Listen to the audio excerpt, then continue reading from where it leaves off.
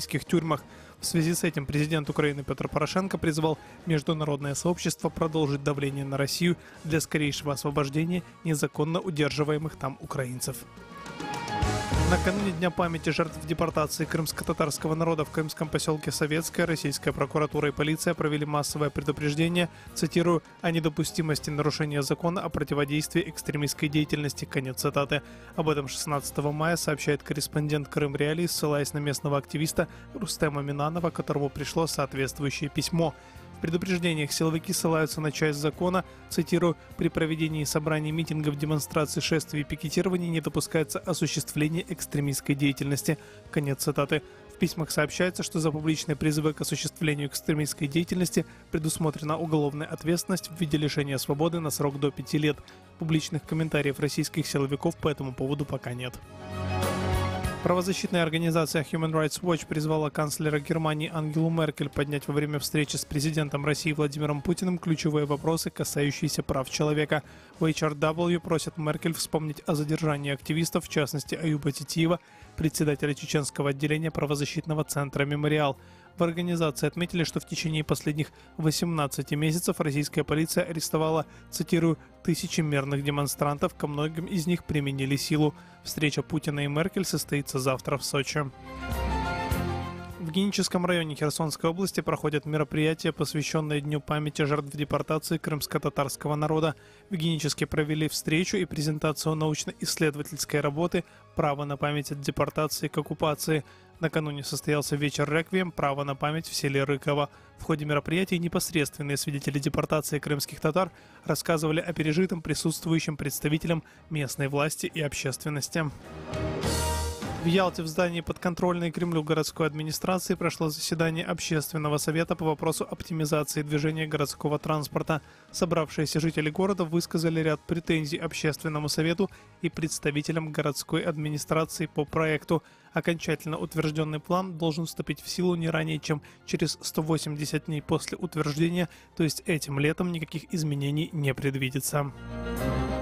Из черкасских больниц выписали всех пострадавших в результате массового отравления в школе, сообщили медицинские учреждения сайту Громадский.ua.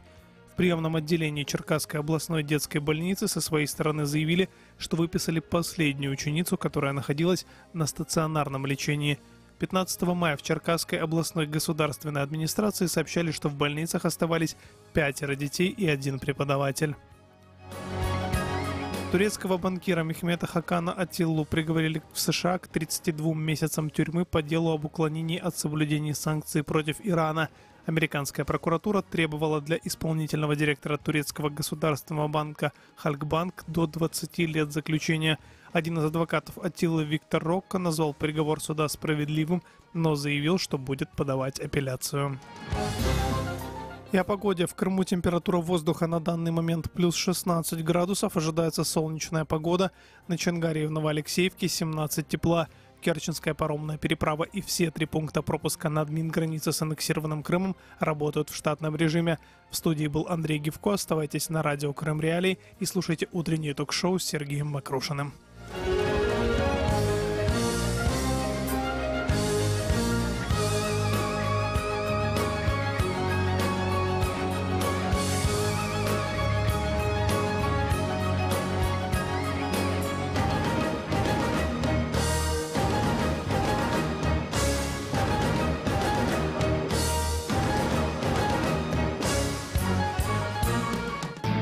В эфире совместный проект «Радио Крым Реалии» и Первого канала Украинского радио.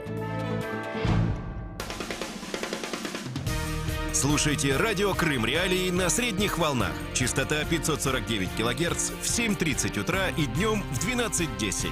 Теперь мы с вами 24 часа в сутки, 7 дней в неделю.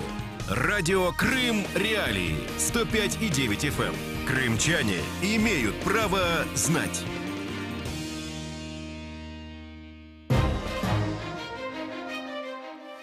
В Всем привет, это радио Крым Реалии, Сергей Макрушин у микрофона. Слушайте нас на средних волнах на частоте 549 кГц в 7:35 и 12:10 в Крыму и на материковой части Украины. На частоте 105,9 FM слушайте нас круглосуточно. Круглосуточно слушайте нас на сайте Крым Реалии.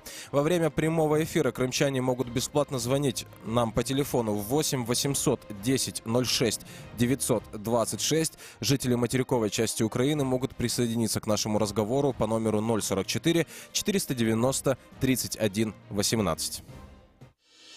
Тема дня. Итак, украинские правоохранители задержали руководителя портала РИА Новости Украина Кирилла Вышинского. За что его задержали? За что он получил медаль за возвращение Крыма? Сможет ли Киев договориться с Кремлем об обмене Вышинского на украинских политзаключенных? Об этом поговорим через несколько секунд. Позиция власти. Я давно не пам'ятаю, щоб за годину після початку обшуків була реакція і керівництва Russia Today, і міністра закордонних справ Російської Федерації Лаврова, і прес-секретаря Путіна Пєскова. Да, дійсно, сьогодні ми спільно з прокуратурою в Автономній Республіці Крим проводимо 5 санкціонованих обшуків. Підставою була звичайна оперативна інформація про цілеспрямовану діяльність Російської Федерації по залученню журналістів, наголошую, громадян України до проведення підривної інформаційної діяльності проти нашої держави. Навесні 2014 року Вишинський отримав завдання виїхати до Автономної Республіки Крим для проведення підривних інформаційних акцій. Саме він і підконтрольні йому журналісти виготовляли там матеріали, які виправдовували анексію Криму. Саме за цю діяльність Вишинський нагороджений державною нагородою Російської Федерації. Звертаю вашу увагу з закритим указом президента Росії, медаллю за повернення Криму. По поверненню до Києва пан Вишинський розгорнув активну діяльність по підтримці терористичних організацій ЛНР ДНР. Просто уявіть собі, в той час, коли на майданах наших міст прощались з загиблими воїнами АТО, тут в центрі Києва виготовлялись матеріали не в Донецьку, не в Луганську, не в Москві, а тут вони виготовлялись про те, як Збройні сили України обстрілюють мирний Донбас, про інші неправомірні дії і тому подібне. За це пан Вишинський отримав стабільне фінансування, і на сьогоднішній день ми можемо говорити щомісячно 53 тисячі євро для проведення цієї діяльності. Позиция власти. Итак, продолжаем эфир. Напомню, что обсуждаем мы дело Вышинского. Я напомню номер телефона 8 800 10 06 926. Звоните нам, если вы слышите нас на Крымском полуострове. Если вы слышите нас на материковой части Украины, 044 490 31 18. Также напомню, что мы ведем трансляцию в Facebook и на YouTube. Там читаем ваши комментарии. Обязательно озвучим самые интересные. Это только что мы слышали комментарий заместителя главы службы безопасности Украины Виктора Кононенко. Он рассказывал о причине задержания директора агентства РИА Новости. Далее более подробно нам расскажет об этом деле Игорь Поначевный, начальник управления надзора за уголовным производством прокуратуры Автономной Республики Крым. Игорь, здравствуйте. Итак, да, прокуратура Автономной Республики Крым разрабатывала это дело. Расскажите более подробно о сути тех подозрений, которые сейчас предъявляются Вышинскому. Что он делал? Кирило Вишинський, як керівник РІА Новості Україна, цього так званого медіаресурсу, забезпечував наповнення медіапростору України спотвореною інформацією, новинами, які були вигідні для Російської Федерації, для її агресивних дій в Україні. Тобто, по суті, це був підрозділ МІА «Росія сьогодні» в Україні. Всі знають, який медіаконтент поширюється на російських ЗМІ. Такий самий медіаконтент поширювався і в Україні. Просто РІА Новості Україна за допомогою того, що вони знаходились в Україні, мали безпосередній контакт там з політологами, з політичними експертами тут, поширювали новини і видавали їх як новини з України. Хоча повністю теми новин, їхню суть, їхній зміст повністю керувався з Москви, і що викладувати, коли викладувати, в якому ключі, теж говорилося виключно з Москви. Найдены ли доказательства к тем подозрениям, которые предъявлены Вышинскому? Что найдено было при обыске, и является ли таким весомым доказательством вот эта пресловутая медаль за возвращение Крыма? Медаль за повернення Криму – це як посередкований доказ тієї злочинної діяльності, яку проводив в Україні Кирило Вишинський. Беззаперечно, нами здобуто великий масив доказів ще під час документування його протиправної діяльності за допомогою проведення негласних слідчих дій. Тобто перед тим, як вже проводити обшуки, як виходити на реалізацію нашого кримінального провадження, ми здобули беззаперечні докази того, що Кирило Вишинський вчинив державну зраду. Під час обшуків інформація, яку ми здобули в рамках проведення слідчих і негласних слідчих дій, підтвердилась документально, вилучено просто величезний масив в паперовому вигляді документів, величезний масив в електронному вигляді документів. Тобто кожна стаття, кожне слово в нашому звинуваченні підтверджено доказом, який ми в тому числі і вилучили на обшуках. Я сейчас процитирую адвоката Кирилла Вышинского, Андрея Доманского, а вы прокомментируете то, что он говорит. Вот «Украинская правда» сообщает, я процитирую Андрея Доманского, Вышинский расценивает это задержание как провокацию против него, как его преследование. Он не признает предъявленное ему подозрение. Также адвокат говорит, что были якобы нарушения, допущенные при обыске. Здесь опять цитата. «Вчера были проведены следственные действия, в частности, обыски в офисах. Также находился рядом с Кириллом во время обыска в квартире. Я наблюдал и предоставлял свои возражения и замечания о нарушении процессуальных норм. Они зафиксированы в протоколе. Были многочисленные нарушения, о которых сторона защиты будет заявлять при избрании меры пресечения». И по тому, что было изъято в офисе, также есть комментарий, цитирую: «О принадлежности доказательств я не могу это как-то комментировать, потому что это следствие. Здесь уместно ставить вопрос людям, которые это выставили на показ и об этих вещах заявили. Пусть кто заявляет об этом, пусть тот и дает комментарии, потому что это нарушение норм закона и тайны следствия». Конец цитаты. Это был комментарий Андрея Доманского в «Украинской правде». Я напомню, что беседуем мы с Игорем Паначевным, начальником управления надзора за уголовным производством прокуратуры Автономной Республики Крым. Игорь, пожалуйста, прокомментируйте эти слова адвоката. Коментувати насправді немає чого. Було дивно, якби сторона захисту і адвокат підозрюваного заявив би про те, що там підозрюваний визнає свою вину і згоден з цією підозрою, яка йому пред'явлена. Насправді позиція сторони захисту ніякого значення не має, тому що найбільше значення в кримінальному провадженні мають докази. Докази вини Кирила Вишинського ми маємо беззаперечні. Є висновок експерта, який говорить про те, що контент, який розміщувався на вищезгаданому медіаресурсі, містить заклики до повалення конституційної влади, містить заклики до порушення територіальної цілісності України, створює загрозу інформаційній безпеці і однозначно допомагає країні, іноземній країні в проведенні підривної діяльності в Україні. Тому коментувати будь-яку позицію сторони захисту, я думаю, тут буде не зовсім правильно.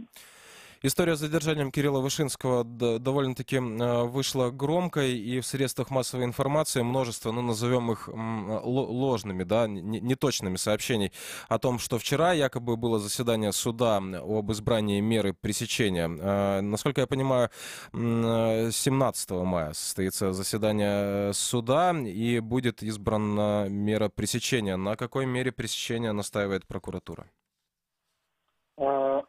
Прокуратура і СБУ будуть наполягати однозначно на триманні під вартою, оскільки державна зрада – це злочин особливо тяжкий, за нього передбачено покарання від 12 до 15 років позбавлення волі, тому будь-якого альтернативного запобіжного заходу ми для себе не розглядаємо.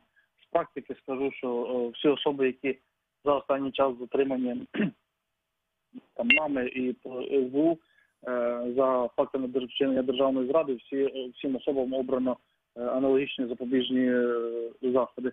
Клопотання насправді сьогодні тільки буде подано до Херсонського міського суду, і після проведення там відповідних процедур буде визначено суддю і призначено дату і час судового засідання, про яку, я думаю, там прес-служби прокуратури СБУ повідомлять додатково. Еще хотелось бы уточнить, подозрения, они направлены только на Кирилла Вышинского, он же не один работал в этом издании РИА Новости Украины. На даний час підозра пред'явлена лише Кирилу Вишинському. У разі підтвердження інформації про причетність інших осіб до вчинення вказаних злочинів, однозначна реакція від прокуратури та СБУ буде. Я также видел информацию о том, что у Кирилла Вышинского есть якобы российское гражданство. Что об этом известно и принципиален ли здесь вопрос гражданства, как гражданина какой страны Кирилла Вышинского рассматривает следствие? Насправді, яке громадянство Кирила Вишинського для нас не принципово, оскільки ми достовірно знаємо, що він громадянин України. Він раніше отримав паспорт громадянина України, в подальшому за які заслуги він отримав у 2015 році паспорт громадянина Росії, невідомо, але паспорт він отримав однозначно пізніше, ніж паспорт громадянина України. Під час отримання російського громадянства Кирило Вишинський не звертався за позбавленням українського громадянства, тому для України Кирило Вишинський виключно українець. І будь-які там спекуляції російської сторони, російських консулів і так далі з приводу того, що затримали там їхнього громадянина, це не більше, ніж якась позиція захисту якогось, не більше. Благодарю вас. Напомню, что с нами на связи был Игорь Поначевный, начальник управления надзора за уголовным производством прокуратуры Автономной Республики Крым. Напомню номер телефона, по которому каждый наш радиослушатель может присоединиться к обсуждению. Если вы слышите нас в Крыму, звоните на номер 8 800 10 06 926. Если вы слышите нас на материковой части Украины, звоните на номер 044 490 31 18. Далее продолжаем. Напомню, что говорим мы о задержании, о деле Кирилла Вышинского, главного редактора РИА Новости Украина. Итак, в Организации по безопасности и сотрудничеству в Европе уже отреагировали на это задержание. Представитель ОБСЕ по вопросам свободы СМИ Арлем Дезир выразил серьезную обеспокоенность относительно проведения правоохранительными органами Украины обысков в офисе Российского информационного агентства РИА Новости Украина. Об этом говорится в заявлении, размещенном на сайте ОБСЕ. Отмечается, что представитель организации выразил обеспокоенность в связи с проведением обыска и в офисе, и обысков в домах журналистов. Вот об этом мы поговорим с Натальей Лигачевой, украинским медиаэкспертом, шеф-редактором украинского портала «Детектор Медиа». Наталья, здравствуйте. Итак, относительно того, чем занимается портал РИА Новости Украина, относительно деятельности Кирилла Вышинского, можно ли ее действительно считать журналистской деятельностью? Добрый день. Я считаю, что, конечно же, прежде всего должна быть доказана СБУ и прокуратурой приведены неопровержимые доказательства его вины по тем статьям, которые ему предъявляются. Потому что, это самое важное. Потому что что касается того, журналист Кирилл Вышинский или не журналист, это всегда пока что в мире очень сложно определять проблемы с идентификацией, что такое журналистская деятельность, входит ли сюда пропагандистская деятельность и так далее. С моей точки зрения, сейчас нельзя считать средствами массовой информации, а не пропаганды, любые государственные средства, которые принадлежат стране-агрессору. Но это моя личная точка зрения, да, то есть общепринятого мирового такого уже посыла нет. И если говорить о том, что были призывы к нарушению территориальной целостности Украины, то, безусловно, тогда это нужно очень сильно потрудиться судьям, прокурорам для того, чтобы это доказывать. Я думаю, что более такой легкий путь, ну, условно говоря, был бы все-таки показывать схему финансирования того, каким образом, на какие деньги жило это агентство, и не было ли там нарушения налогового законодательства и так далее. Наталья, оставайтесь, пожалуйста, с нами на связи. Напомню, что беседуем мы с Натальей Лигачевой. У нас есть звонок от нашего радиослушателя. Давайте послушаем, продолжим. Здравствуйте, говорите, вы в эфире.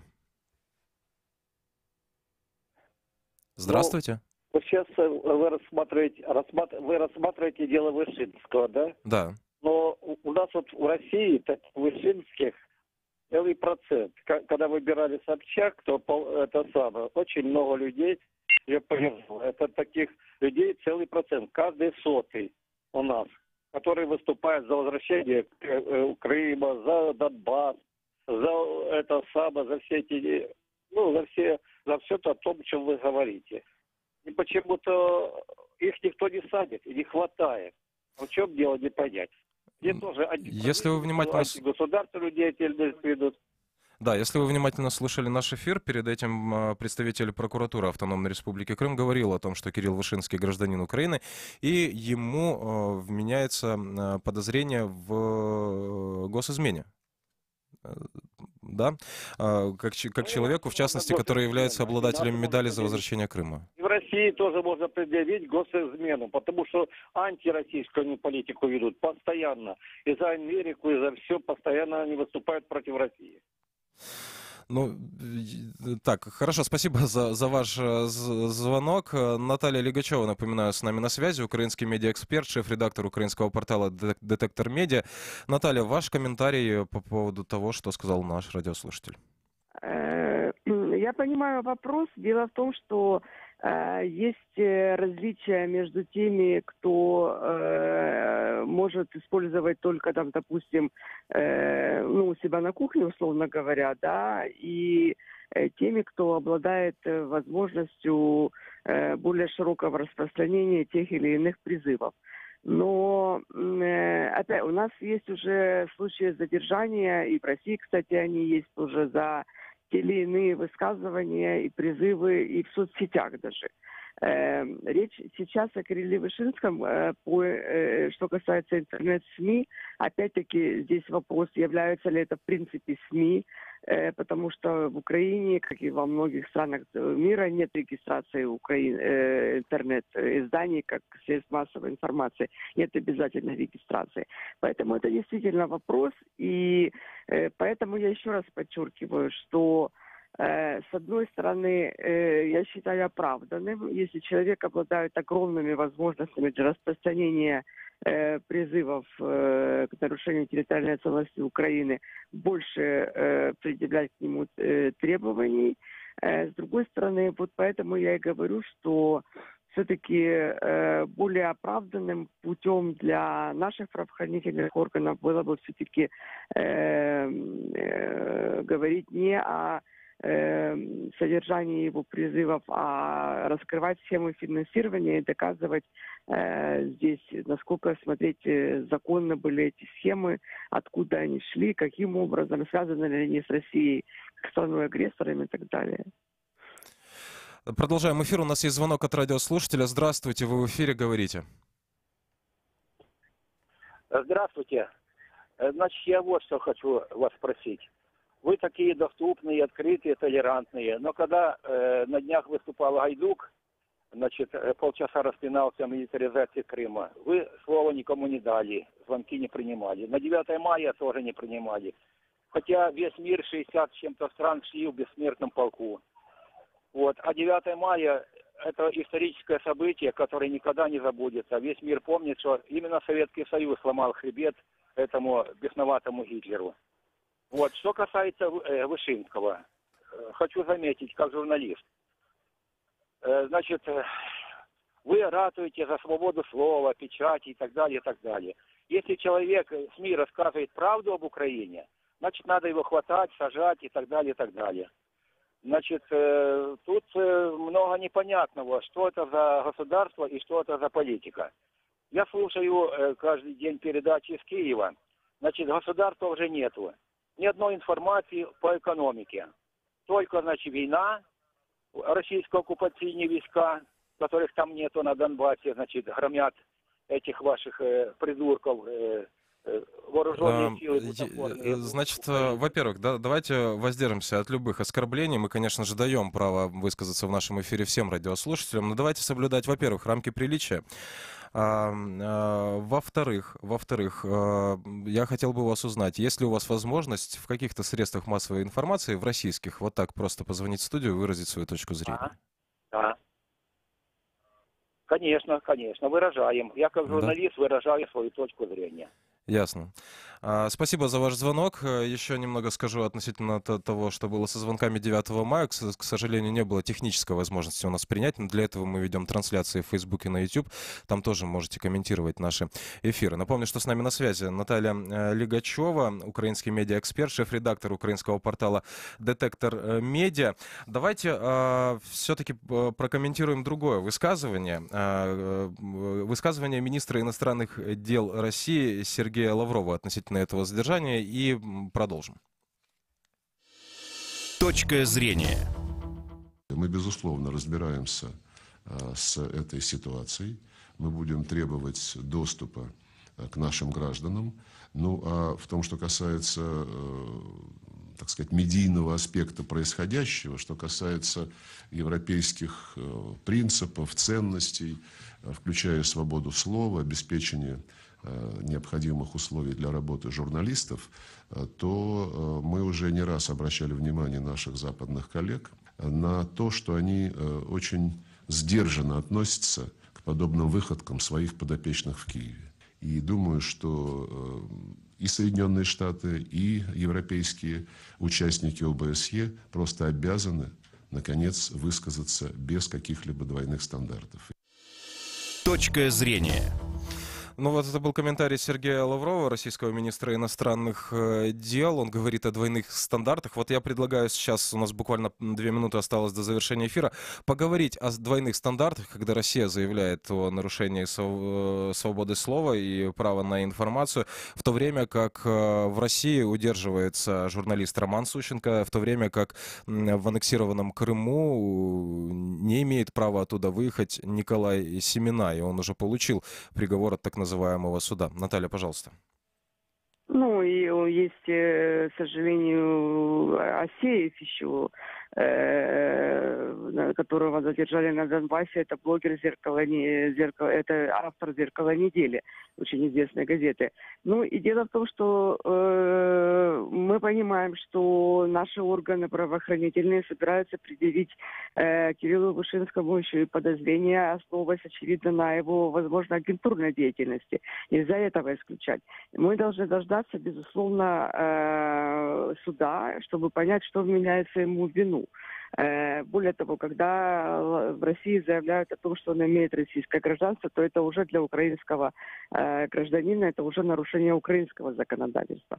То есть тут смесь всяческих возможных обвинений, и разрешить ситуацию сможет только суд, где мы услышим уже версию следствия, версия наших органов. Двойные стандарты, ну, мне кажется, что они присутствуют, но с моей точки зрения они больше присутствуют в отношении России со стороны наших западных многих организаций. И очень часто они не принимают во внимание многие вещи, такие как и подрывную деятельность, и деятельность против целостности Украины, которую ведут в том числе и украинские журналисты, ну, в том числе, оказывается, имеющие уже российское гражданство. Спасибо вам, Наталья. Напомню, Наталья Лигачева, украинский медиаэксперт, шеф-редактор украинского портала «Детектор Медиа», была с нами на связи. Мы продолжаем эфир. Те, кто слышит нас на средних волнах, перемещайтесь в FM, частоты интернет. Продолжим через несколько минут.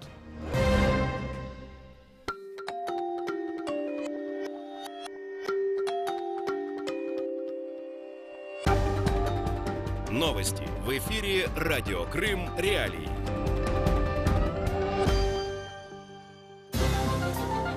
Здравствуйте, в студии Андрей Гевков в этом выпуске.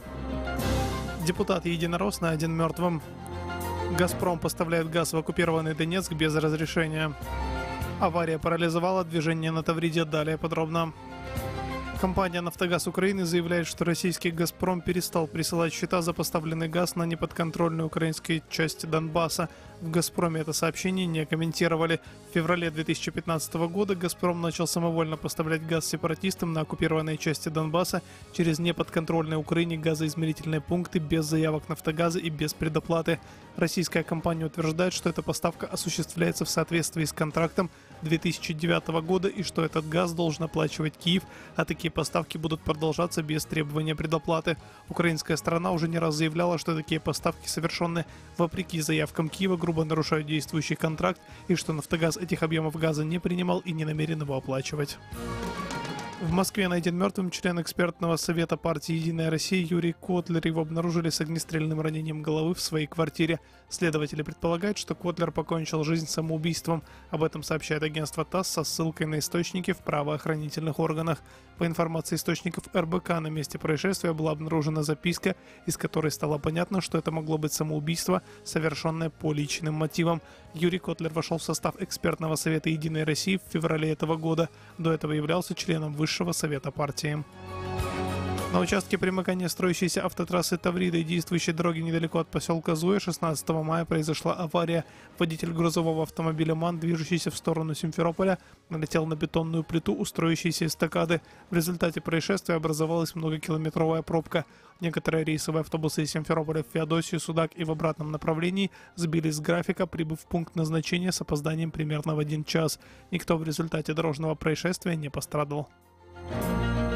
Комитет Сената Соединенных Штатов Америки по вопросам разведки официально согласился с выводами американских разведывательных служб, которые убеждены, что Россия вмешивалась в выборы президента США с целью помощи кандидату Дональду Трампу. Цитирую: «Усилия России были широкими, сложными и были осуществлены по приказу лично Путина с целью помощи Дональду Трампу и навредить Хиллари Клинтон», сказал сопредседатель комитета сенатор-демократ Марк Уорнер. Он заявил, что его комитет должен оценить работу разведки. Кремль вмешательство в выборы других стран отрицает.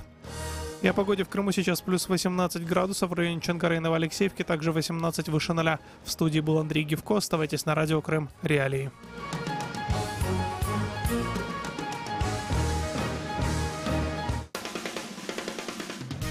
Слушайте радио Крым Реалии на средних волнах. Частота 549 кГц в 7:30 утра и днем в 12:10.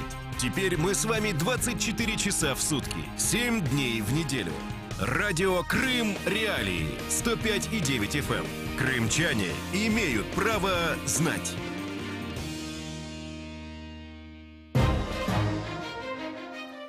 Продолжаем эфир радио Крым Реалии. Сергей Макрушин у микрофона. Напомню, что жители северной части Крымского полуострова могут слышать нас круглосуточно на частоте 105,9 FM.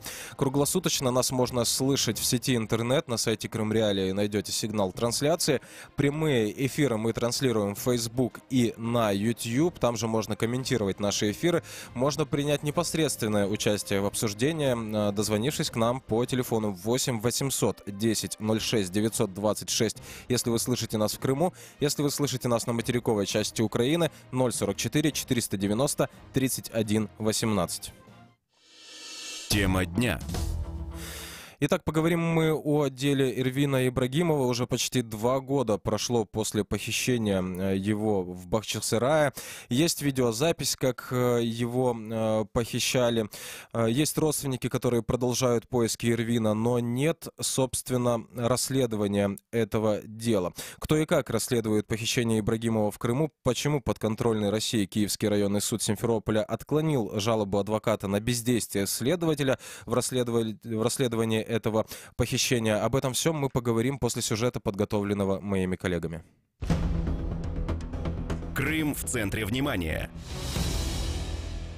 Со времени похищения крымско-татарского активиста Эрвина Ибрагимова прошло чуть больше 2 лет. Он пропал в мае 2016-го в Бахчисарае. На видео с камеры наблюдения, которое позже опубликовали активисты, видно, как Ибрагимова остановили люди в полицейской форме. Он попытался сбежать, но его поймали и насильно посадили в автомобиль. Затем машина направилась в сторону Бахчисарайского водохранилища. Дальнейшая судьба активиста неизвестна до сих пор. А в этом году на месте его похищения под патронатом российского главы Крыма Сергея Аксенова провели крымско-татарские татарский праздник Хыдырлес. На момент похищения Ибрагимову был 31 год. Он избирался депутатом Бахчисарайского горсовета и принимал активное участие в работе местного меджлиса. В августе 2015-го Ибрагимов был избран членом исполкома Всемирного конгресса крымских татар. Он стал одним из 6 делегатов от Украины и Крыма, которые вошли в руководящий орган Конгресса. Через месяц после похищения Ибрагимова российский экс-прокурор Крыма Наталья Поклонская заявила, якобы его видели на полуострове живым и здоровым. В эфире телепрограммы «Наше право» она также рассказала, Ибрагимова могли похитить с целью получения за него выкупа. Однако добавила, есть и другие мотивы совершения преступления.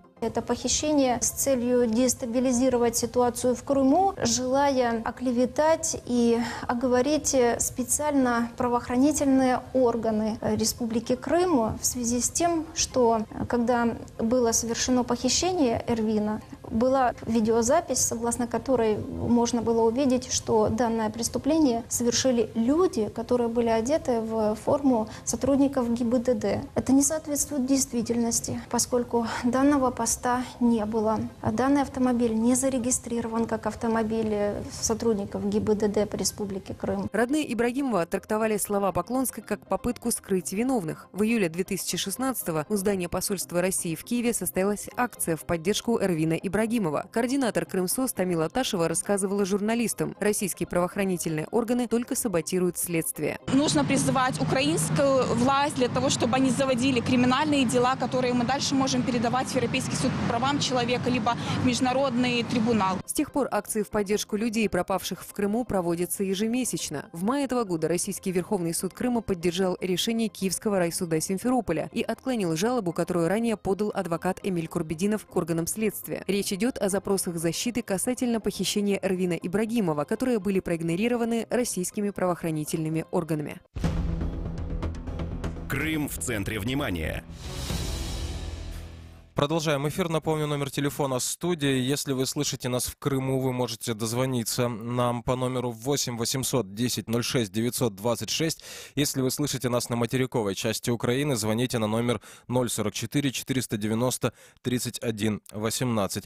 Итак, обсуждаем мы дело Эрвина Ибрагимова. И с нами на связи Умер Ибрагимов, отец похищенного в Бахчисарае члена меджлиса Эрвина Ибрагимова. Умер, здравствуйте. Итак, расскажите о том, насколько я знаю, вы продолжаете поиски Эрвина, которые вы начали самостоятельно сразу после того, как он был похищен. Расскажите об этом, что вам удалось узнать. Доброе утро. На протяжении 2 лет я понял, это первые месяцы, то, что мы обращались якобы или принуждали их, что ли, первые 2-3 месяца, пока велось дело моего сына в Бахчисарае. Они какие-то проводили следственные это действия, или под давлением, или что, потому что я их каждый день на них наседал. Но после передачи в Главное управление следственного отдела дело остановилось вообще на мертвой точке. Вот в течение 20 месяцев она ничего не проводится, ничем не занимается. Я понял в этом смысле, я сказал и не останавливаюсь на этом. Ищу все возможности, ходы и выходы, где как что. Обращаться к властям, я понял, что это бесполезно, это зря потерянное время. Вывод я на этом и сделал. Вы показали последние суды, то, что обращение на бездействие следственного отдела, что в Киевском райсуде, что в Верховном суде, мне дали понять, что они якобы работают, но я их действий не вижу на протяжении 20 месяцев. Ну вот смотрите, есть видеозапись того, как похищали Эрвина, и похищают его люди, одетые в форму сотрудников российских органов внутренних дел, да, я так понимаю, в данном случае речь идет о сотрудниках ГИБДД. Что вам говорят в ответ на это? Вот вы им показываете видео, где гаишники похищают человека. Эта видеозапись есть. Как вам объясняют происходящее? Проводили ли проверку? Искали ли этих сотрудников ГАИ, которые могли там быть? Они ссылаются, что вы это не проводили, что они пост не выставляли. Ну, даже элементарно, то, что вот они ссылались, что детализацию звонков, которые должны они получить, якобы с Краснодарского края, пока я сам не поехал, не получил эту детализацию звонков и принес им в руки дал. Те, которые должны производить следственный отдел. Это во-первых. Во-вторых, то, что вот в сторону ставка похитили, там же ставок, по истечении 1,5-2 месяца прошло, они посылают водолазов. Это опять-таки пыль в глаза пускать. Сами водолазы были возмущены. Там, говорит, ну что, прошло столько времени, посылают, это, говорит, нереально. Это во-вторых. В-третьих, они получают то, что я первый раз, когда уже повезло мне в том, что мы изъяли этот диск. Если бы мы не изъяли бы диск, мы бы не могли бы и доказать. Это в-третьих. И в-четвертых, то, что они ссылаются, я первое обращение, когда я увидел этот диск, начал обращаться во все инстанции, МВД, прокуратуру, следственный отдел. Они приняли, скрипя зубами, но ФСБ мне сразу отказало в принятии документов о похищении моего сына. Я им хотел предоставить видеозапись и заявление по поводу похищения моего сына, где они мне отказали, и пришлось мне отправлять через почту на этим с уведомлением. И я уже тогда понял, что мне не дадут положительного результата. Опыт общения родственников тех, кто был похищен или пропал в Крыму, говорит о том, что чаще всего сотрудники российских силовых структур, Федеральной службы безопасности, они советуют родственникам молчать. Молчать, не говорить ничего, что, мол, чем тише, тем проще будет работать следствию, и тем быстрее найдут человека. Были ли к вам такие предложения, просьбы, чтобы вы не говорили о том, что пропал ваш сын, чтобы вы не заявляли ничего публично? Ко мне таких обращений не было, но я вижу из того, что ранее похищены были люди, они до сих пор без известности. Но я сделал факт. В любом случае, мне надо ставить в известность. Это все мировое сообщество. Раз здесь меня не слышат, мировое сообщество, может, они как-то могут связаться на международных площадках. Я вижу, может, где-то кому-то что-то сказали, я не знаю. Многие, может, и боятся или скрывают. Вот. Я страх давно уже потерял. Я говорю, я не в том смысле боюсь, не боюсь. В смысле том, что это же не вещь какая-то, не мешок картошки, который можно похитить. Ну, я понял, сделал вывод в том, что судят не тех, кто виноват, а судят невиновных. И находят это быстро невиновных, несовершенных преступлениях.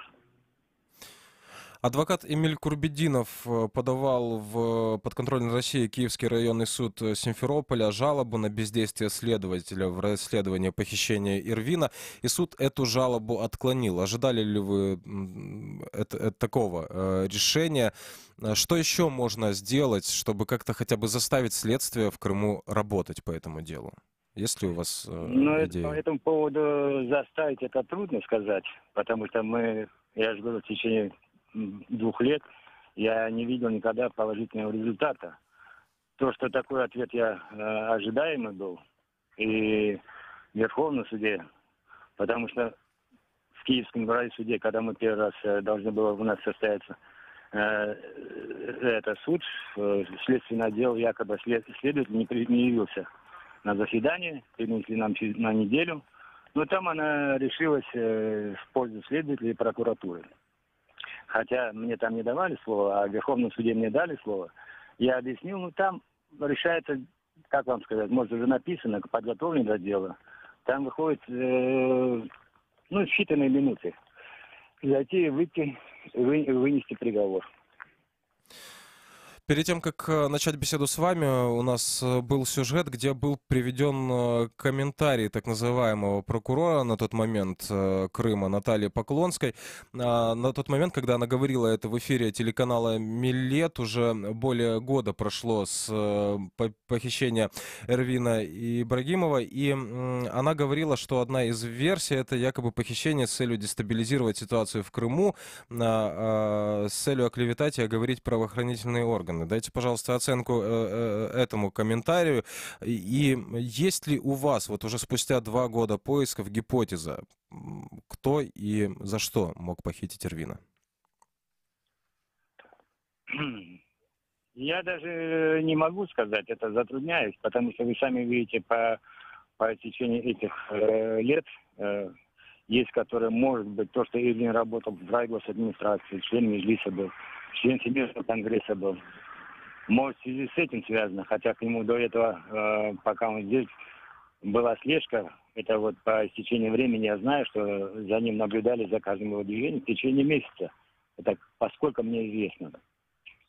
А те исчезновения, те, которые исчезают, независимо там они в политике, не в политике, в деле, не в деле, ну и возрастные, кто-то занимался своим бизнесом, занимался, смотрел свою семью, кто-то не занимался, кто-то якобы учился, и 19-летний. Ну вот, даже по истечению возраста, вот посмотреть о похищенных, я даже не могу сопоставить, с чем связано.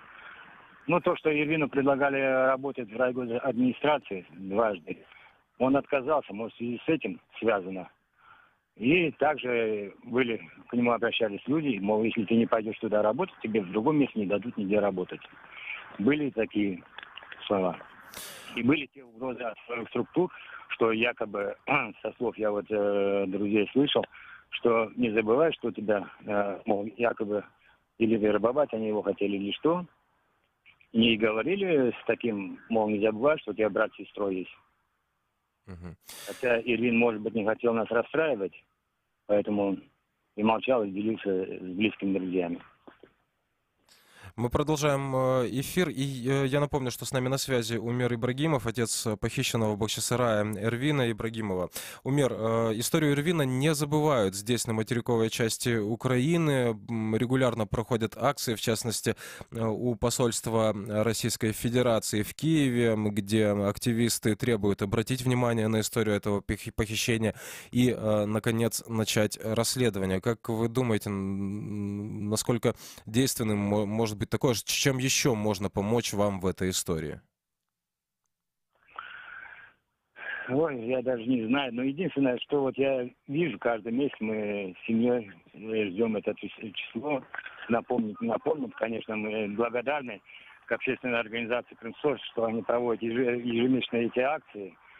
Но она дает, что якобы они не видят, не слышат, ни о чем не знают. Хотя эти результаты доходят и до Москвы, я это уверен в этом.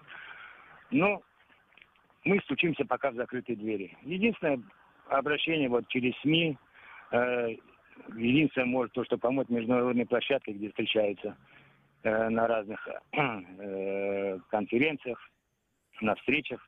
Единственное там упоминать хотя бы не только Эрвина, а всех похищенных, те, которые томятся ни за что по придуманным преступлениям. Я думаю, решать только может на международных площадках.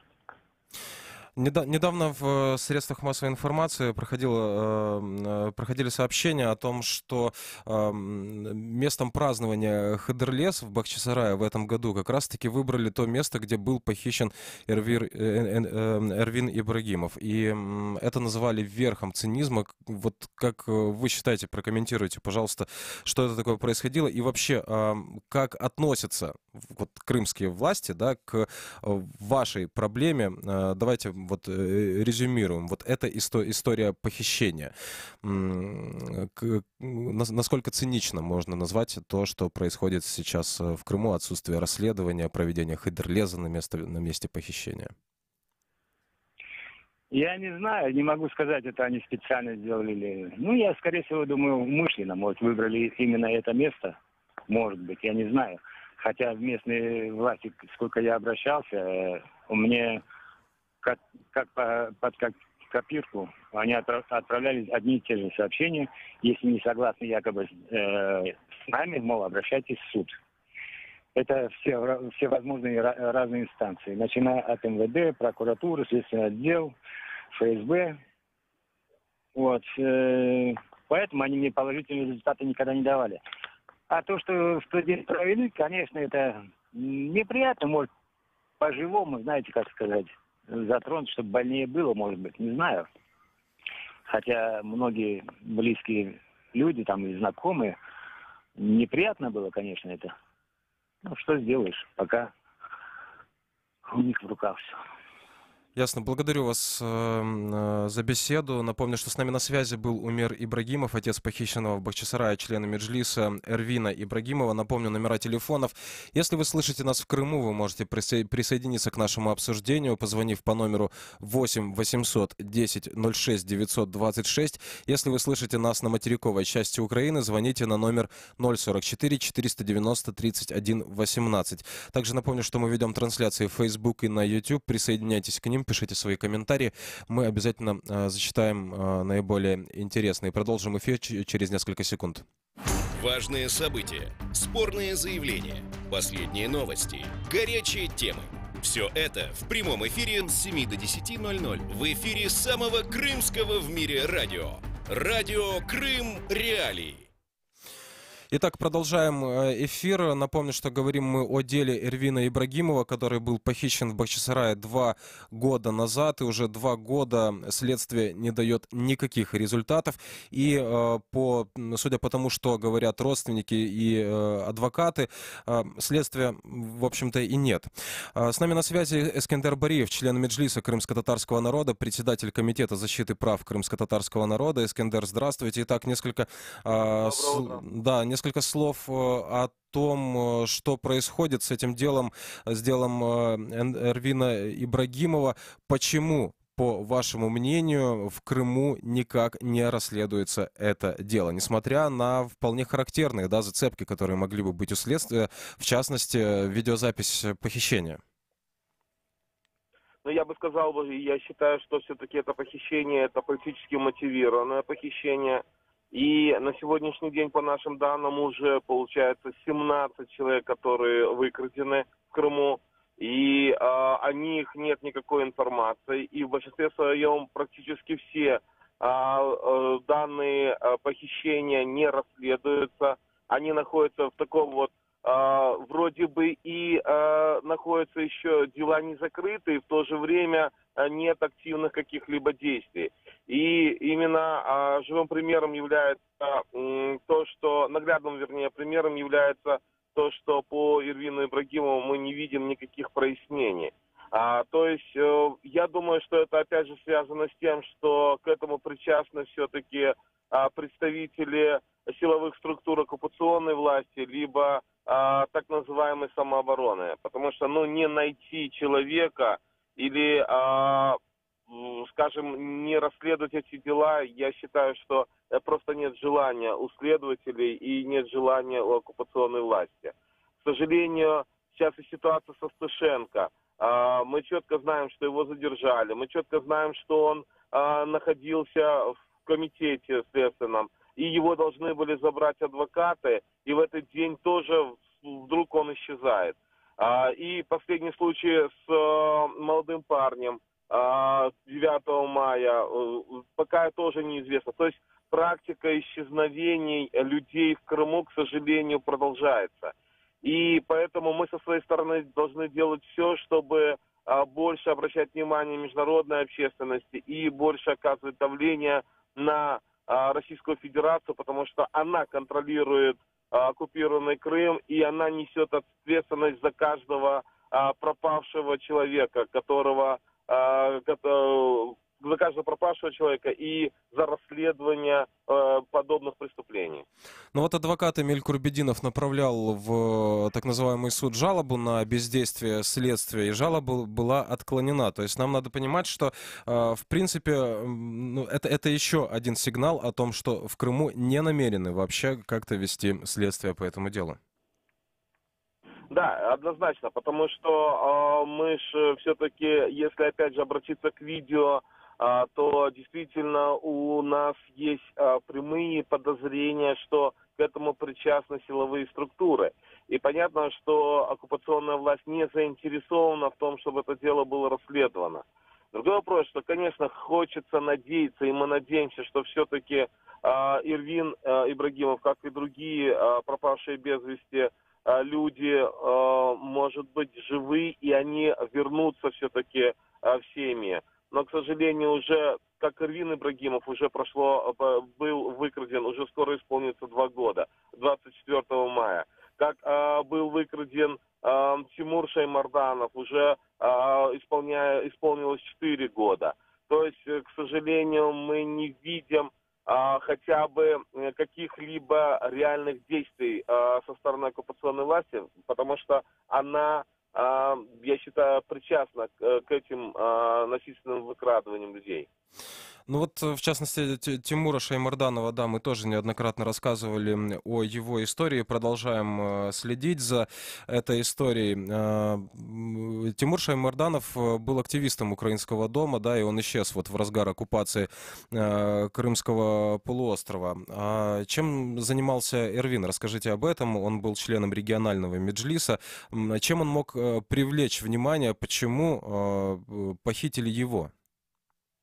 Эрвин Ибрагимов, он был делегатом Курултая, он является делегатом Курултая, я бы сказал вот так. Он является членом местного меджлиса бахчисарайского, и на тот момент своей активной деятельности он практически на Ахтем-Чийгоз находился в тюрьме, в СИЗО, вернее, и Эрвин Ибрагимов, по сути дела, исполнял обязанности председателя бахчисарайского местного меджлиса. Ну и на тот момент он уже стал членом исполкома Всемирного конгресса крымских татар.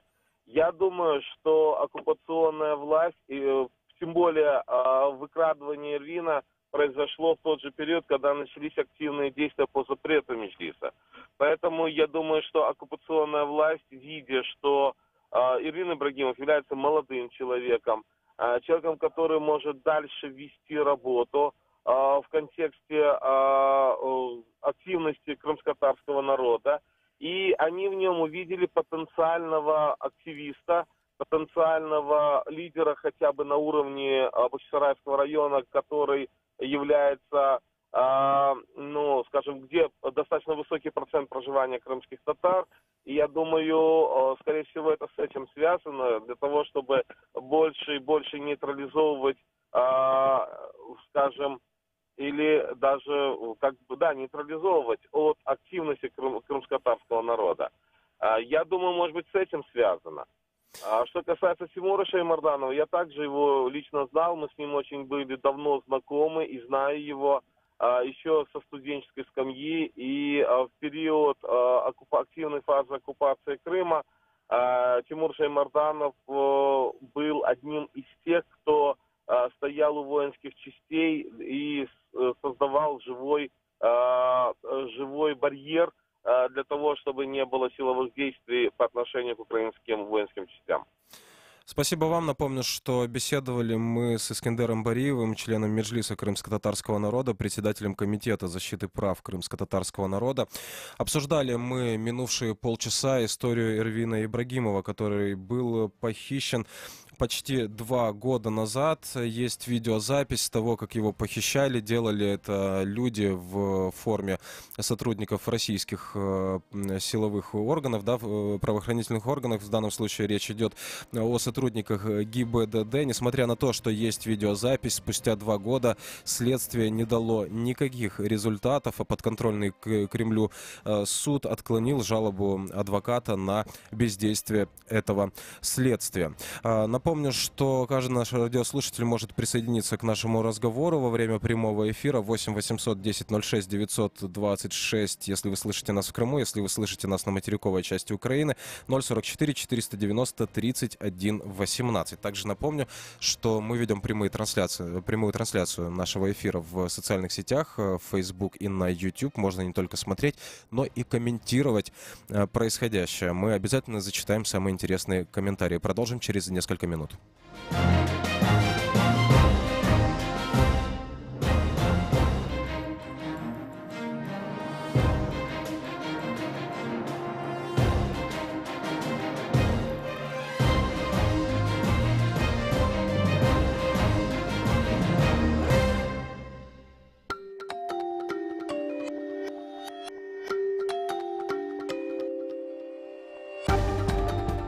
Новости. В эфире Радио Крым Реалии.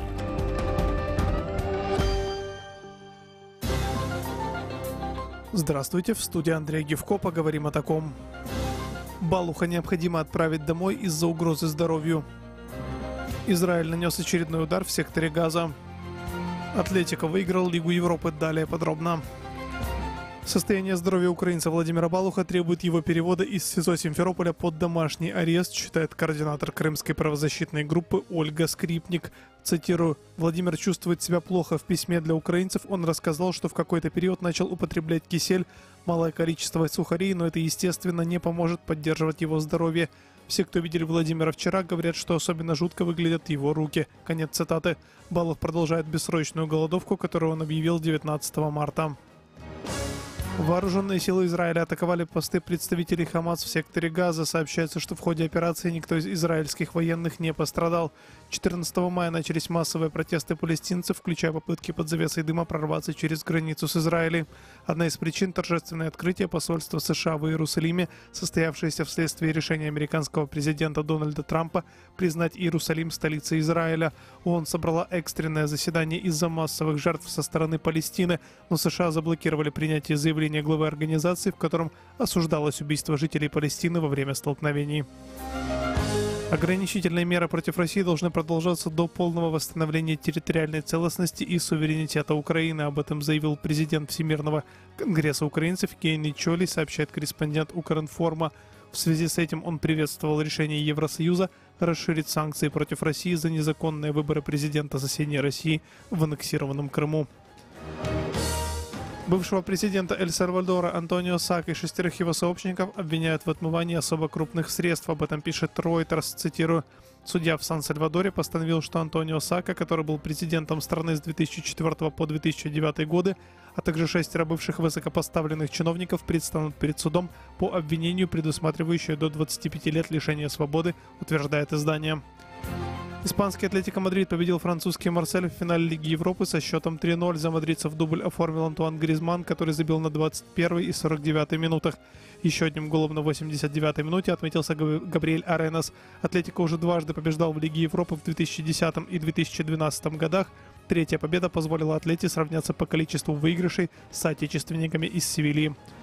И о погоде в Крыму сейчас плюс 19 градусов, в районе Чонгары и Новоалексеевки, также 19 выше нуля. В студии был Андрей Гевко. Оставайтесь на Радио Крым Реалии.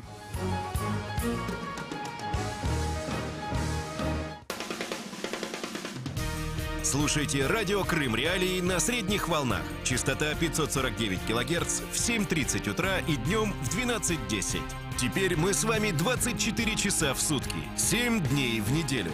Радио Крым Реалии 105,9 FM. Крымчане имеют право знать.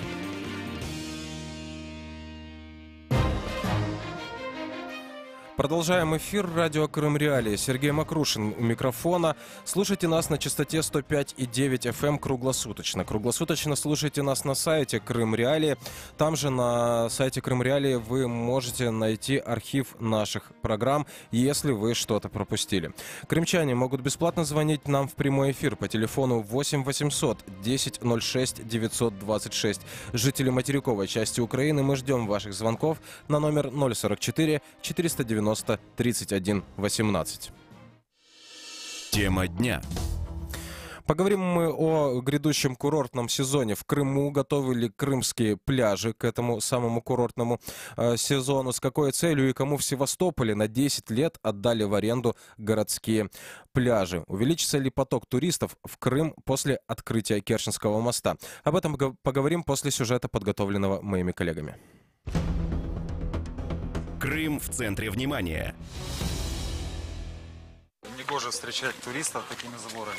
Ну да, как будто объект строгого режима реально, да? Прорваться к морю. Российские власти Крыма продолжают отгораживать прибрежные зоны полуострова заборами. Так, крымский блогер Игнат Солошенко в конце марта этого года сообщил, что Нарышкинские камни в Семиизе, пляж более известный как Башмак, теперь скрыт за 6-метровым забором. Возмущенные местные жители рассказывают крымским журналистам, из-за появления ограждения они рискуют потерять туристов, поскольку теперь на море можно либо смотреть издалека, либо пробираться к воде в обход по дороге с валунами. Раньше можно было вот сюда спуститься спокойно с коляской. То есть я от самого дома могла спуститься здесь, подышать свежим воздухом. Ребенок мог подышать свежим воздухом. Сейчас мы этого всего лишены. Лишены мамы, у которых сейчас вот подрастают детки. Посмотрите, что нам оставили для нашего отдыха.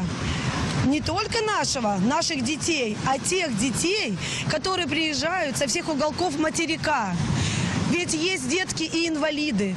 Неужели, как они могут зайти сюда в воду? Мы вынуждены кричать о помощи. Помогите! Помогите нашим детям! Родилась в семье, выросла здесь, живу здесь и болею душой за поселок. Пляж Башмак – это народное достояние, и он должен принадлежать народу. Такая полосочка нам оставили пляжи и валуны.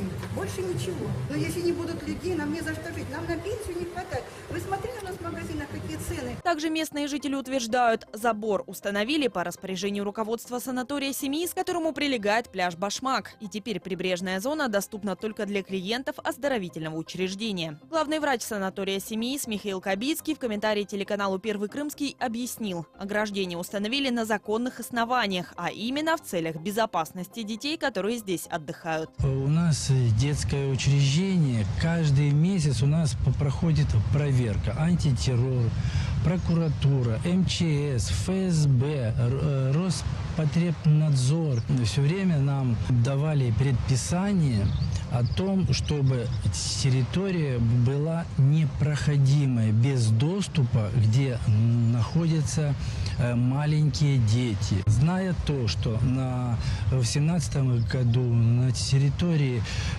санатория «Семиис» милиции обнаружено 2 педофила. После всех претензий местных жителей подконтрольная Кремлю администрация Ялты предложила компромисс в разрешении этой ситуации. Так, вместо Башмака российские власти намереваются благоустроить соседний пляж. Ранее он не был предназначен для отдыха. Крым в центре внимания. Итак, продолжаем разговор о крымских пляжах. Напомню, что традиционно в Крыму курортный сезон стартует 1 мая. Так считается, именно по майским праздникам можно, наверное, определить, какое количество туристов приедет в этом году. Но вот есть проблема определенная с крымскими пляжами. Далее есть информация, которую я позже зачитаю в эфире. А сейчас давайте поговорим с Андреем Васильевым, журналистом из Севастополя. Андрей, здравствуйте. Итак, севастопольские пляжи на 10 лет отдают в аренду. Я так понимаю, на условиях того, что арендаторы должны эти пляжи благоустроить. Что сейчас известно об этой ситуации? Кто же является получателем городских пляжей? Я бы немножко все-таки начал с небольшой истории, да, если помнить, так сказать, ситуацию, которая здесь была до прихода российских властей, то, в принципе, уже в украинских реалиях, в принципе, назревала эта тема, потому что занималась в свое время благоустройством пляжей такая коммунальная организация благоустройства, которая одновременно ведала кладбищами еще в Севастополе. И ежегодно мы, в принципе, жители города сталкивались с такой ситуацией, что пляжи регулярно не готовы к началу сезона, потому что было очень много непонятных, так сказать, схем по как действовать, то есть в рамках государственных структур очень трудно вести бизнес, потому что, в принципе, само по себе, да, аренда пляжа – это в том числе и бизнес. И куда уходили деньги, было не совсем ясно. И, в принципе, уже в 2011 году, насколько я помню, первые договора были заключены в 2011 году с частными фирмами. Называлось это тогда договора о совместной деятельностью, по которой коммерческие организации обязывались приводить пляжи в порядок, ну а за это они имели право там размещать какие-то торговые объекты на этой территории и брать с них, собственно говоря, плату за субаренду. Но это касалось только некоторых пляжей, там, по-моему, 4 пляжа, вот я насчитал в Балаклавском районе, которые работали, функционировали именно по таким вот договорам. В России тут надо сказать, что многие крымчане думали, что когда они возвращались в Россию, что здесь настоящий Советский Союз. На самом деле, хорошо это или плохо, но вот таких советских рудиментов в российской экономике намного меньше, чем в украинской. И где возможно отдать коммерческим структурам какую-то деятельность на аутсорсинг, которая связана с какими-то затратами, да, государственные структуры эту деятельность, конечно же, как правило, отдают. В 2015 году первым инициатором, когда, вот опять же, готовились пляжи к курортному сезону, и к концу июня выяснилось, что ни один пляж в Севастополе еще не готов работать, то есть не было официальных разрешений от соответствующих российских структур, которые должны их выдавать.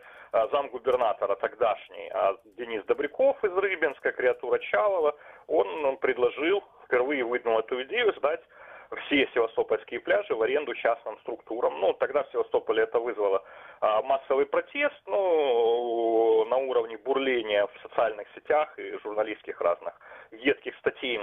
В последующие годы севастопольцы уже привыкли к российским реалиям, и никто это так остро не воспринимает. Поэтому с 2016 года идет уже процесс постепенной передачи, на самом деле, в пользование пляжей коммерческим структурам. И сегодня фактически по большинству общедоступных пляжей, их у нас 28, определены оператором. Последние решения, последние конкурсы проходили по 15 пляжам одновременно. Это буквально апрель и начало мая, когда принимались решения.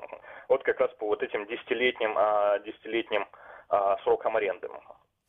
То есть что получает инвестор? Вот он получает пляж, на котором он должен сделать благоустройство за срок аренды. А на чем зарабатывает инвестор? Остаются ли пляжи открытыми для туристов?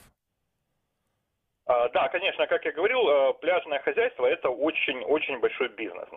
То есть, как вы видели, на любом пляже работает масса, кроме, собственно говоря, песка, моря, да, и подстилок, есть масса коммерческих структур. То есть это и те структуры, которые сдают топчаны, и предприниматели, которые торгуют разного рода прохладительными напитками, овощами, фруктами и так далее.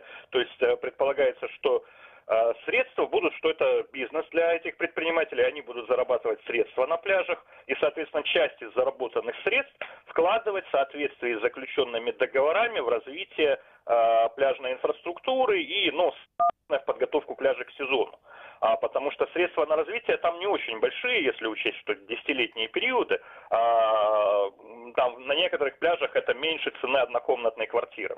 За 10 лет обязываются вложить инвесторы. На некоторых это цена 4-5, на больших пляжах, и на которых очень много торговых точек, 4-5 квартир. Собственно говоря, на несколько квартир зарабатывает один ларек за один сезон, если это хорошее место. Условия, то есть механизм организации следующий. Российское правительство Севастополя, департамент по эксплуатации городского хозяйства, он размещает на площадке официальной по проведению торгов информацию о проведении аукциона. Соответственно, те фирмы, которые решили принять это участие в аукционе, они на конкурентных основах подают заявки, потом эти заявки рассматривает, и та фирма, которая предложила наиболее приемлемые условия, на самом деле выигрывает в аукционе. Вот по итогам этого аукциона по 14 объектов сейчас опубликовано. Я могу сказать, что по 8 объектам была подана только одна заявка. То есть фактически конкурсы прошли только по 6 объектам. Причем, что самое интересное, конкурсы по 5 объектам уже отменены. Отменены Федеральной антимонопольной службой из-за того, что проигравшие предприниматели или заявки тех фирм, которые не были приняты, они сомневаются в честности проведения этих конкурсов. Благодарю вас. Закончите мысль. Да, и здесь на самом деле очень много есть таких аспектов, то есть есть фирмы, которые уже получали господряды и, скажем так, их порядочность при реализации этих подрядов, она вызывала сомнения и вызывала многочисленные нарекания. Есть на самом деле скандальные вещи, связанные с тем, что у некоторых фирм были заключены украинские договора на аренду пляжей, и сегодня эти договора пересматриваются, и эти фирмы обжалуют решения российских властей в судах. И вот что интересно, суды, они встают, как мы видим, как правило, на сторону российского правительства, а Федеральная антимонопольная служба, наоборот, на сторону предпринимателей. И вот среди этих 14 конкурсов тоже есть один из конкурсов, где стоит вот этот вот вопрос. Да, и вот такой вопрос хотелось бы задать в целом по Крымскому полуострову. Если отслеживать то, что происходит в соцсетях, то, что публикуют люди, то забор вдоль линии моря может стать таким трендом 2018 года. Я сейчас, конечно же, говорю о заборе, который был недавно установлен вдоль трассы Ялта-Севастополь в районе Оливы и Кострополя. Он полностью закрывает морскую панораму. В сетях этот участок трассы уже прозвали зоной строгого режима. В Севастополе такого не наблюдается? Заборы новые на пляжах не растут?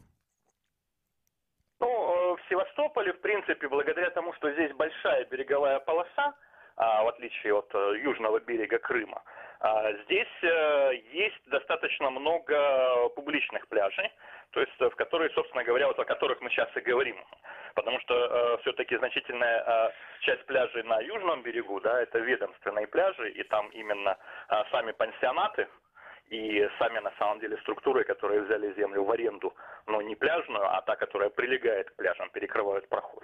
Но в Севастополе, я думаю, что здесь вот именно вот эта проблема, она не будет стоять, хотя на ведомственных пляжах, не на публичных, тоже, я думаю, возможно ситуация с ограничением доступа туда отдыхающих. Но вот что касается тех договоров об аренде на 10 лет, которые заключены сейчас, то там есть пункт о том, что фирма, которая занимается благоустройством пляжей, фирма-оператор пляжей, она обязывается обеспечить беспрепятственный доступ всех желающих на пляж. Насколько это будет выполняться, ну, это все будет зависеть от честности, да, и сознательности этих фирм. Благодарю вас. Напомню, что с нами на связи был Андрей Васильев, журналист из Севастополя. Продолжаем эфир. Напомню, номер телефона 8 800 10 06 926. Если вы слышите нас в Крыму, звоните на этот номер. Если вы находитесь на материковой части Украины, 044 490 31 18.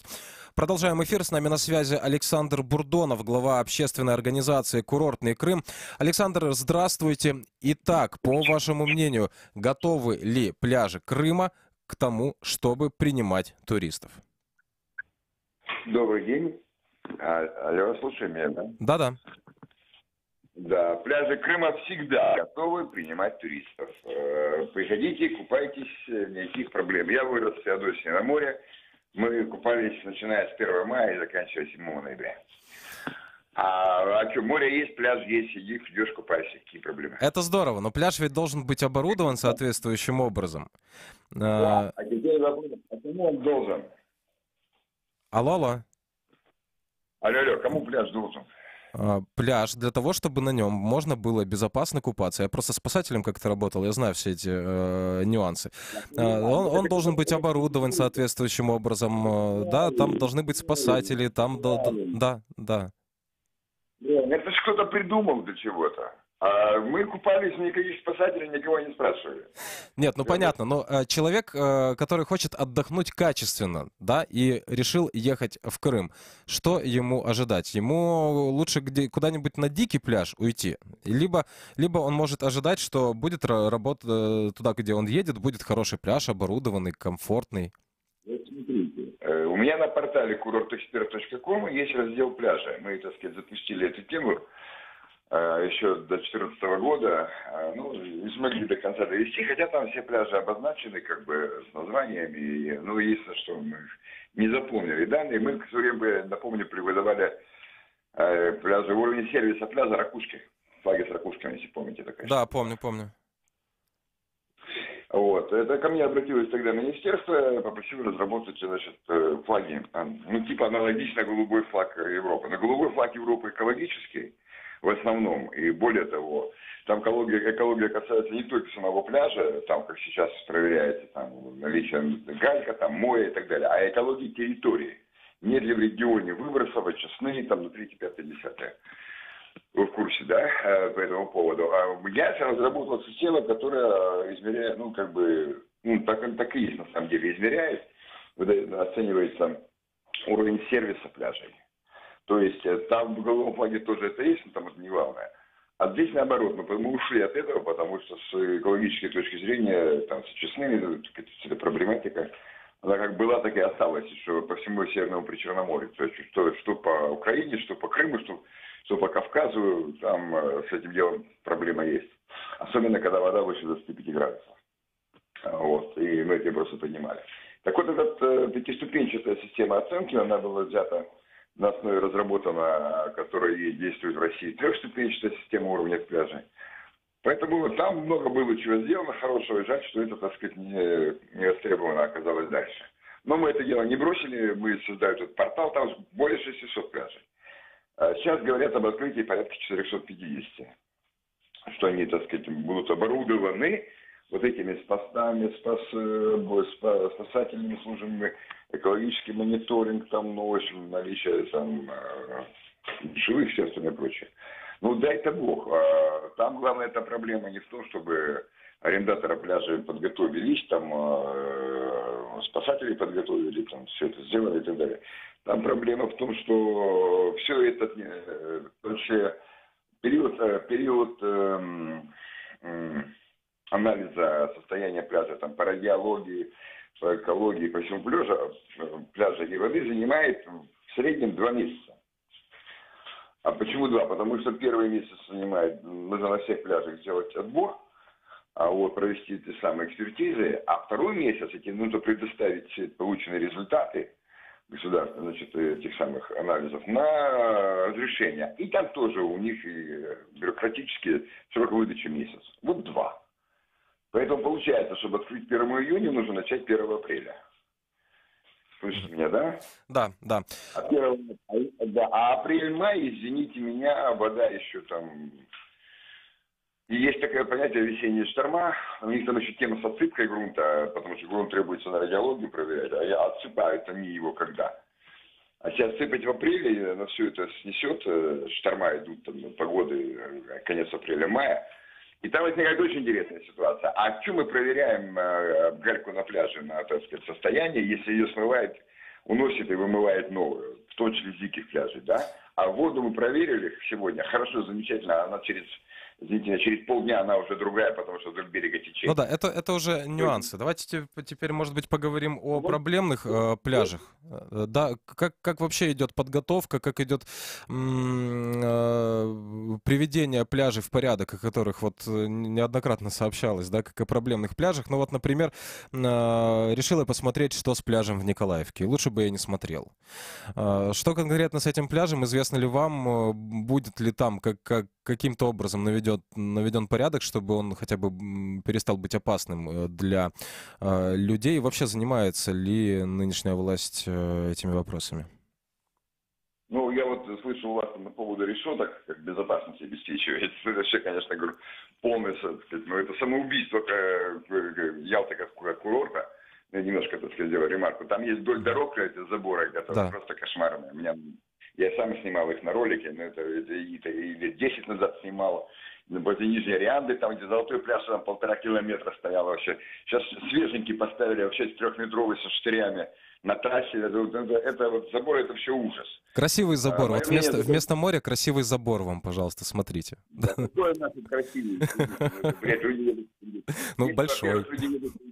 Посмотреть на панорамы, на видовые панорамы, в том числе в районе пляжей, да. И есть такое понятие, как ландшафтотерапия, да. Это когда красивый ландшафт, воздействует на нервную систему, человек на отдыхе, чувствует себя на отдыхе в хорошем настроении. Он видит забор, и у него, грубо говоря, хреновое настроение, что он видит. Возникает чистая злость. И панорамы, которые видно море вдоль пляжа, то есть оставить заборы, но не выше, чем 1,5 метра.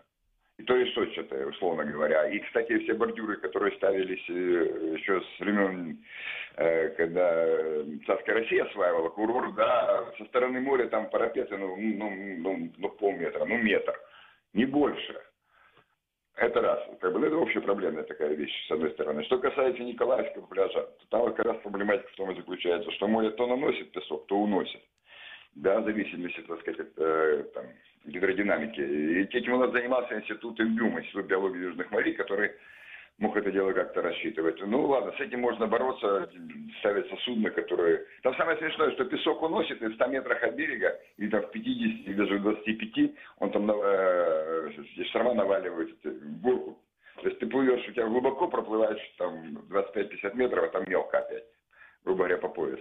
Оттуда с земснарядами закидывают песок обратно на пляж. Это как бы, с этим можно побороться. Что касается того, что она раздолбала, как в Николаевске, там берегоукрепительные, там были лестничными пролетами укреплялись. Есть такая у нас полминуты осталось, да, на беседу. Да. Тут, конечно, нужно работу вести. Ну и, естественно, тут же возникает вопрос, что у нас с честными. А честные тянут за собой канализационные сети, поднимать поселки надо. То есть это намного больше денег, чем сами честные. То есть это как бы вот комплекс проблем. Поэтому хорошо, да, оборудованность поставить, спасателей нанять их в апреле, обучить за 2 месяца. Они будут 2 месяца дурака валять, пока начнется пляжный сезон. Ну это куда деваться заставляет, бюрократия. Лишние затраты. Значит, я завез гальку, мне каждый пляж нужно проверить на идеологию. А что не проверить карьеры, получить документы и уже дальше, так сказать, карьера в десяток, грубо говоря. И приходят с документами, я их потом предъявляю, у меня на пляже галька с этого карьера, вот документы, да. С водой вообще, да, мониторить надо, но мониторить надо не только на самом пляже, но и по всей территории окружающей, да. Я вас понял. Да, у нас, к сожалению, не так много времени. У нас есть еще один эксперт. Напомню, что беседовали мы с Александром Бурдоновым, главой общественной организации «Курортный Крым». Также позвольте прорекламировать сайт «Крым Реалии», собственно, на котором вы уже можете найти. Наши авторы исследовали уже то, что происходит с крымскими пляжами. Рекомендую к прочтению материалы «Крымский берег», Царевых и Михалкова, кому достались пляжи полуострова, а также к туристам не готовы. Почему в Крыму снова проблемы с пляжами? Там комментарии множества экспертов относительно того, что происходит на Крымском полуострове с пляжами, какие там есть проблемы. Я приветствую в нашем эфире Сергея Викарчука, менеджера украинского туристического агентства «Феерия путешествий». Сергей, здравствуйте. Итак, относительно того, что происходит сейчас в Крыму, возможно, вы слышали фрагмент эфира, может быть, вы знаете о проблемах крымских пляжей и что с ними происходит сейчас. Вот вам, как менеджеру туристического агентства, было бы что предложить туристу в Крыму, который едет за пляжным отдыхом? К сожалению, сейчас в таком положении, какое есть, нам нечего предложить. И к тому же социальный статус Крыма очень ограничен в связи с оккупацией. И это первый фактор. Ну а второе, если учитывать пляжные полосы, ну, я тут соглашусь с господином Бурдоновым, изолированности, ограниченности, то есть это не привлекает туристов, как бы это все отпугивает и будет негативно сказываться на туристическом потенциале региона. Ну вот в Крыму очень ждали открытия движения по Керченскому мосту. У нас вот буквально 2 минуты до завершения эфира осталось. Давайте попробуем спрогнозировать, клюнет ли турист на то, что теперь проще, возможно, стало добираться в Крым из соседней России. Поедет ли турист в Крым отдыхать? Не отпугнет ли его то, что происходит на пляже? На мой взгляд, может быть субъективный взгляд, но все же это даст возможность увеличить турпоток. Но это не будет колоссальное увеличение, но тем не менее туристический поток должен будет увеличиться, потому что есть упрощение, изменится структурное наполнение Крыма через регионы. Вот, то есть у нас было авиасполучение, паромное сообщение, да, и теперь вот появится через мост. Думаю, по-любому будет какое-то увеличение, не может быть несущественно, но оно будет в любом случае. Благодарю вас. Напомню, что с нами на связи был Сергей Викарчук, менеджер украинского туристического агентства «Феерия путешествий», «Феерия Мандрев». Напомню, что обсуждали мы, что же происходит с крымскими пляжами сейчас, когда курортный сезон уже стартовал. Напомню, что 1 мая, считается, в Крыму открывается курортный сезон, а пляжи, большинство пляжей, скажем так, не совсем готовы. Об этом, в частности, говорится в материале на сайте Крым Реалии к туристам не готовы. Почему в Крыму снова проблемы с пляжами? В частности, говорится о том, что по данным Минкурортов и туризма подконтрольного России правительства Крыма в этом году будут функционировать 450 пляжей. В то же время в организации «Крым-СПА» сообщают, что его специалисты обследовали только 78 пляжей. Итак, это был эфир радио Крым Реалии. Сергей Макрушин для вас дежурил сегодня у микрофона. Актуальные новости и аналитические материалы о происходящем в Крыму читайте на сайте Крым Реалии, ищите нас в социальных сетях, подписывайтесь на наш канал в Телеграм. Всем пока.